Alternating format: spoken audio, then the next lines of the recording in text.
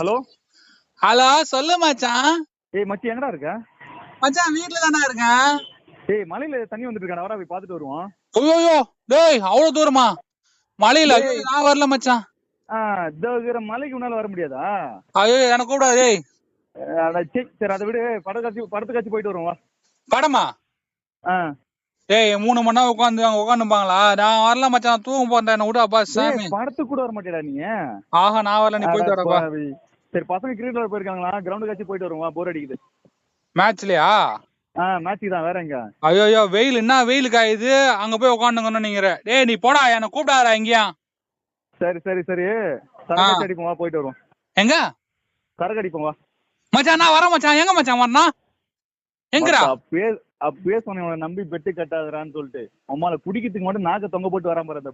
மத்த எடுத்து சூத்த கூட நான் ஊத்த மாட்டான் பாரு. மாத்தா எடுறா, பேசுன மாதிரி 500 ரூபா எடுத்து வைடா. ஹலோ என் கோத்தா, உனைய நம்பி 500 ரூபாடா, 5 ரூபா கூட கட்ட முடியாதுடா. கோத்தா குடியார வராத, குடிக்கிறத மட்டும். டேய் இதுடா, டேய் நான் சேர்ந்து கலாய்க்கிறீங்களா? அங்க போனேன். நீ திருப்பி எனக்கு தாண்டா பெட்டு கட்டினேன், குடியா வைடா போன. அட உங்க கோத்தா, டேய் இப்போ டேய் சரக்கு அடிக்க வரலையா? சரக்கும் கிடையாது மயிரும் கிடையாது, வீடா போனேன். அட பாருங்களா டேய்.